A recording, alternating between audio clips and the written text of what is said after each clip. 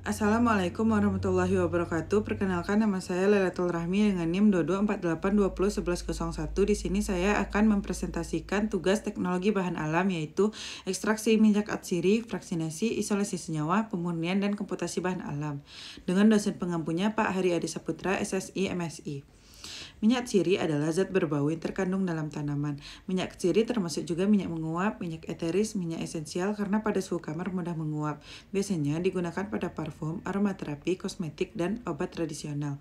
Ciri utamanya yaitu senyawa berwujud cairan atau liquid pada suhu ruang, mudah menguap atau terbang, dan menghasilkan aroma tertentu. Metode ekstraksi minyak atsiri itu ada 5. Yang pertama ada destilasi dengan tahapan persiapan, pemanasan, dan pemisahan. Contohnya ada destilasi air uap, dan destilasi uap. Kelebihannya yaitu teknologi sederhana, senyawa tidak rusak karena panas. Kekurangannya waktu lebih lama, pemisahan lebih sulit. Yang kedua ada press, tahapannya persiapan, ekstraksi, dan pemisahan. Kelebihannya senyawa tidak rusak karena suhu panas, waktu lebih cepat. Kekurangannya pemisahan lebih sulit, teknologi mahal. Yang ketiga ada maserasi lemak panas, tahapannya persiapan, ekstraksi, pemisahan. Kelebihannya teknologi sederhana, kekurangannya pemisahan lebih sulit, waktu lama, senyawa mudah rusak. Yang keempat ada pelarut organik, tahapannya persiapan, pemanasan, dan pemisahan. Kelebihannya yaitu teknologi sederhana, waktu cepat, pemisahan mudah rusak. Kekurangannya yaitu senyawa rusak karena suhu panas. Yang kelima ada enfleurasi, tahapannya persiapan, ekstraksi, dan pemisahan. Kelebihannya senyawa tidak rusak karena suhu panas, teknologi sederhana. Kekurangannya yaitu pemisahan lebih sulit dan waktu lebih lama. Selanjutnya ada fraksi dan isolasi. Fraksinasi adalah proses pemisahan senyawa dalam ekstrak berdasarkan perbedaan sifat fisikokimia seperti kelarutan atau polaritas untuk memperoleh fraksi yang lebih murni. Isolasi adalah proses pemisahan dan pemurnian satu senyawa aktif dari campuran, biasanya fraksi, hingga diperoleh dalam bentuk murni. Tujuannya yang pertama adalah untuk memisahkan dan mengelompokkan senyawa berdasarkan polaritas. Yang kedua, mendapatkan fraksi atau bagian tertentu dari suatu ekstrak. Yang ketiga, ada melakukan isolasi atau pemisahan satu senyawa metabolit sekunder tunggal. Metode fraksinasi yang pertama ada ekstraksi cair-cair, peningkatan polaritas, ketidakcampuran antar dua komponen pelarut yang digunakan. Non-polarnya ada lemak atau lilin, steroid, dan terpenoid. Polarnya ada flavonoid, glikosida, dan alkaloid kuartener. Semipolar ada kumarin, flavonoid, dan alkaloid. 2. Kromatografi. Metode pemisahan berdasarkan perbedaan afinitas senyawa terhadap fase diam dan fase gerak. Metodenya ada kromatografi kertas atau kromatografi lapis tipis, ada kromatografi kolom, kromatografi cair vakum, kromatografi eksklusi ukuran, dan ekstraksi fase padat. Metode kromatografi. Yang pertama ada kromatografi lapis tipis. Prinsip kerjanya memisahkan sampel berdasarkan perbedaan kepolaran antara sampel dengan pelarut yang digunakan, menggunakan lapis tipis pada lempeng kaca. Fase diamnya ada zat padat seperti silika dan alumina, fase geraknya ada cairan. Fase diam berupa serbuk halus yang berfungsi sebagai permukaan penyerap. Ukuran partikelnya 0,1 sampai 40 nanomikro. Semakin halus partikel, maka perambatan semakin lambat. Contohnya ada silika gel, alumina, tanah diatomeae, selulosa.